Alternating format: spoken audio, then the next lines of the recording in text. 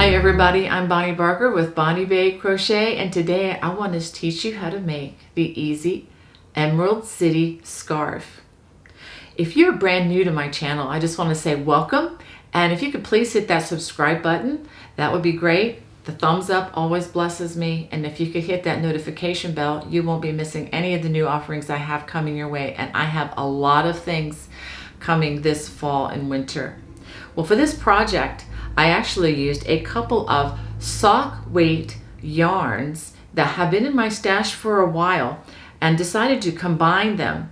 Now, if you don't have as much yardage as I used for this particular scarf, I think this could also be an excellent stash buster that you could use a lot of yarn, maybe little pieces or leftover pieces from your stash to make a stripe in this scarf.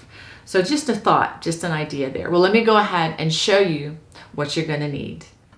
For this project, I'm going to be using two complementary greens that I happen to have in my stash. Both of these are by a company called Fairy Tale Knits. Please check out her yarn at the Etsy store. And this is called Queen's Fingering. This is a fingering weight, or you could use a sock weight if you don't have this available. 100% superwash merino. There is 490 yards in this hank. In this hank, it's a little bit less on the yardage. It's a slightly thicker, but it's still a fingering weight yarn. And this is 92% superwash merino, 8% lurex, which is the little flecks of shiny things in the yarn added to that wool. Also, you're going to need a size G or 6 or 4.00 millimeter crochet hook. And as always, I recommend that you have a yarn needle and a pair of sharp scissors handy. Let's go ahead and get started. We're going to start with a slip knot. And then we are going to make a chain of 188 chains.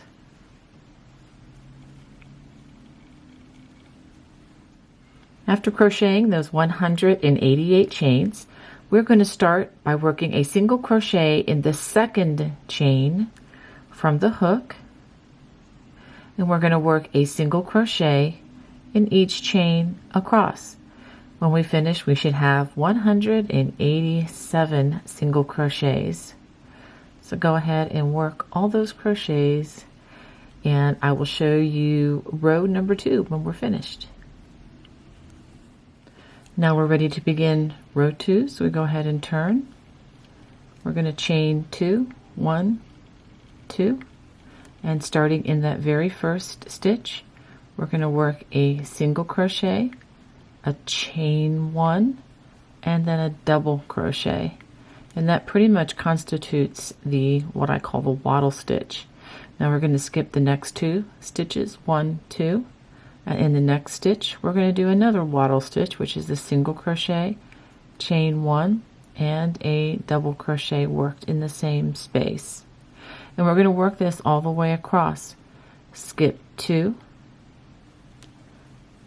chain 1, single crochet, chain 1, and a double crochet in that next stitch. And I'll do it one more time. Skip 2, 1, 2, and then in the next stitch, we're going to work a single crochet, chain 1, and a double crochet. So go ahead and work this all the way. I'll hold this out for you, all the way across the row. At the end, you should have 3 stitches left. Skip the next 2 and work a single crochet in the last stitch, just like that. Okay, now this side of the row, or the end of row 2, is going to be the straight side. It's going to go straight, and the other end way over here is going to be the part, okay, right here is going to be the part that's going to angle up this way and grow smaller on this side. So every other row, and I will show you and give you the repeat numbers and all that, but every other row we're going to decrease a stitch, and it's always going to be on this side here. So now to begin row number 3, we're going to chain 2, 1, 2, and we are going to skip the single crochet and the double crochet of the wattle stitch, and we're only going to be working in, let me show you, the chain 1 space right there of the wattle stitches, and we're going to put a wattle stitch there, which is a single crochet, chain 1, double crochet, and we're going to only be working in the chain 1 spaces as we go across. So we'll be skipping the single crochet and that double crochet and go right for the chain 1 space and work single crochet, chain 1, double crochet, and one more time to the next chain 1 space, single crochet, chain 1, double crochet. And we're going to work that all the way across the row, and when we get to the end of the row, I'll show you what we're going to do. So now we come to the end of row number 3, and I'm going to show you how we are going to angle this edge so that we are decreasing every other row. So what we're going to do is we get to this last wattle stitch to the chain 1 space, and we're just going to work a single crochet, and that is all.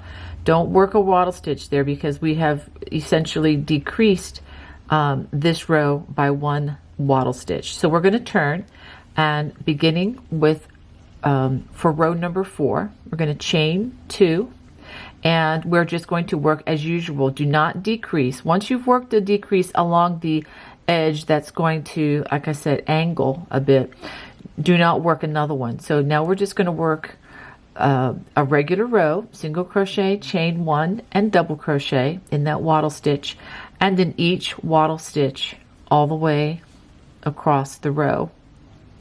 And let me show you, I'm going to finish this wattle stitch. Okay, so we're just going to work this all the way across. Now when we get to the end of the row, okay, now this is the side that's going to be straight.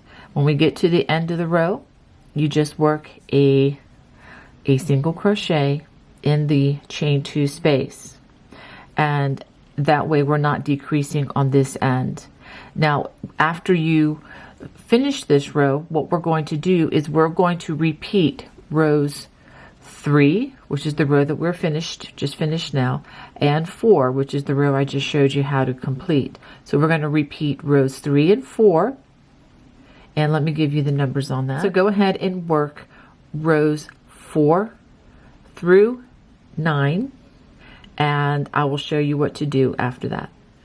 I'm at the end of row number 9. This is the side that has the decreases along the end, and so I'm going to work my single crochet in that last wattle stitch. But as I do this, I'm going to go ahead and pull up a loop. But before I complete the stitch, I'm going to bring in my new color, or the contrasting color that I'm using, and pull it through just like that. And I'm going to get the new strand that I'm using. I'm going to go ahead and chain 2, turn, and since the last row was the decreased row, the next row is not the decreased row, so we're just going to continue to work those wattle stitches but using the new color, and we're going to work in the same pattern, repeating rows 3 and 4 for the next 8 rows. Okay, so I just also wanted to show you how this edge is decreasing evenly, and let me show you the other side, which is not. You can see that that's nice and even on the end there. So you need to make sure that one end is just, staying flush, or a nice 90-degree angle here, and the other should be decreasing every other row, but only on this end. So go ahead and work the next 8 rows with the contrasting color, and then after we finish 8 rows of that, you're going to go back to changing to color number 1 and work 8 more rows, and we're just going to continue doing that until these decreases eventually create a point on the other end. So go ahead and I will do a couple of stripes and then I'll show you what I have. Let me address the loose strands on the end where the yarns are joined. There are a couple of options. You can choose to knot them if you'd like, but I'm going to let mine be free for just a while. They shouldn't come undone, but I think I'm going to work them into the fabric without a knot, especially if I don't add a border around the shawl. Now, if I decide to add a border around the shawl, it's not a problem to go ahead and knot these, but I think we could just work these in, and that actually might be the better option here. I've completed several stripes, and I wanted to show you the edge with the decreases, and I really am enjoying this. Okay, and let me show you the last row. You can see how the rows are getting shorter, and lots of nice fiber. So go ahead and continue on with your decreases just on the one end. That would be every other row. And again, I will show you how to weave these in without knotting them once we get to that point. And so we're just going to continue with this pattern stitch until we get to a point, and I will show you near the end of those.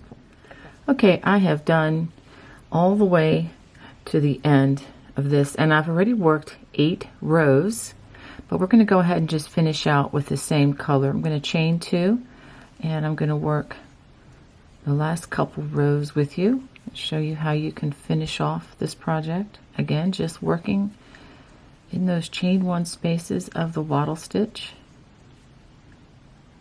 and then single crochet along that straight edge. Let's go ahead and turn again,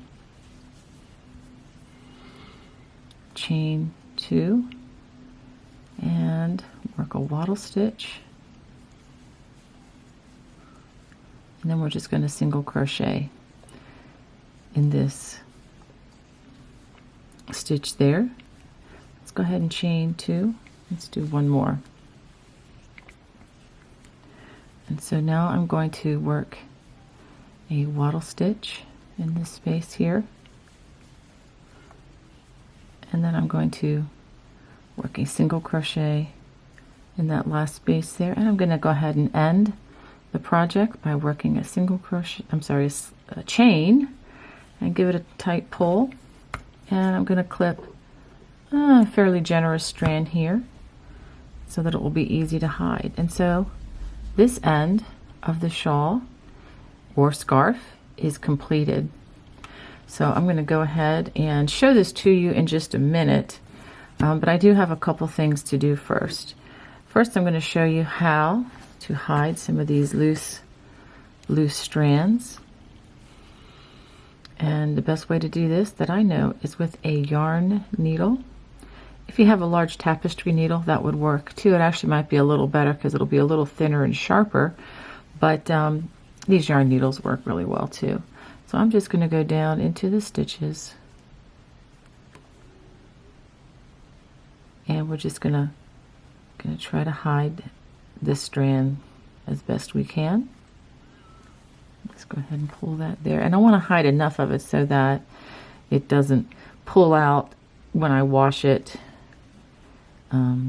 Although when you wash these things, it should be hand wash in cold water with Woolite is what I used to use, or you can use other wool special things designed for washing wool. And then you want to be very gentle with wringing them out. You do not ever want to wring them out, but put them in a towel and roll them gently to get the excess water out. And then it might be a good idea to block it after you've done that. Okay, so I've worked this string through a number of stitches. I think that's good. And let's go ahead and we're going to clip this very carefully. We want to clip as close to the stitch, but we don't want to clip our stitches. So that is very well hidden. Now, as you can see, I've got many more to hide, and I decided not to knot these stitches, and let me show you what you can do. You can choose to knot them if you'd like, but I decided not to because I wanted to leave this edge without a border. So by doing that, if I made a knot, they're going to be a lot more, not more able to be seen. They're going to be well, anyway, able to be seen. So what I'm going to do is I'm going to run these stitches back into my work, and I'm going to run them, you know, a good bit. I'm going to, yeah, at least an inch or so. I'm going to work them into the pattern so they won't, you know, just pop out on the edge. If you don't hide enough of the strand, you run that risk of them coming out, especially if you're choosing to do what I'm doing and not use knots for this particular design. So I'm going to just run these in. Of course, you can do this however you want. The goal is to hide them in as best you can. And as you do this, you want to make sure that you hide the colors that are similar, you know, under each other. Okay, so that is very well worked into the scarf. So I'm going to go ahead and just trim this one here. And I'm going to do this again. I know this is tedious, but I think it's well worth it, and it's going to make a beautiful scarf when we're all finished. Okay, so now I want to work this. I'm going to actually work this one in under here to start.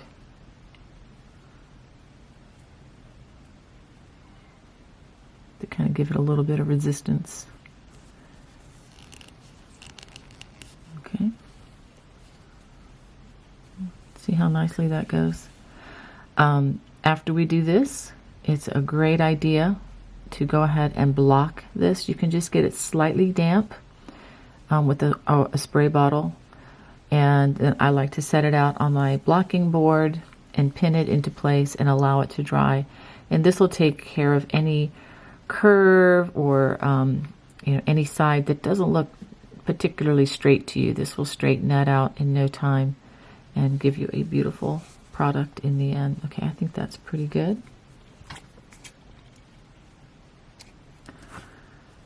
So let me show you how that looks. Of course, as we block this, we can, you know, make this a lot more even looking. Okay, so go ahead and hide all those strands and make sure you're hiding them well and block your project. And then I'm going to do that and show you what I have. Well, I hope you enjoyed making this really fun scarf with me today. If you did, please hit that thumbs up and don't forget to subscribe and hit that notification bell. Looking forward to seeing you in future projects. God bless. Bye-bye.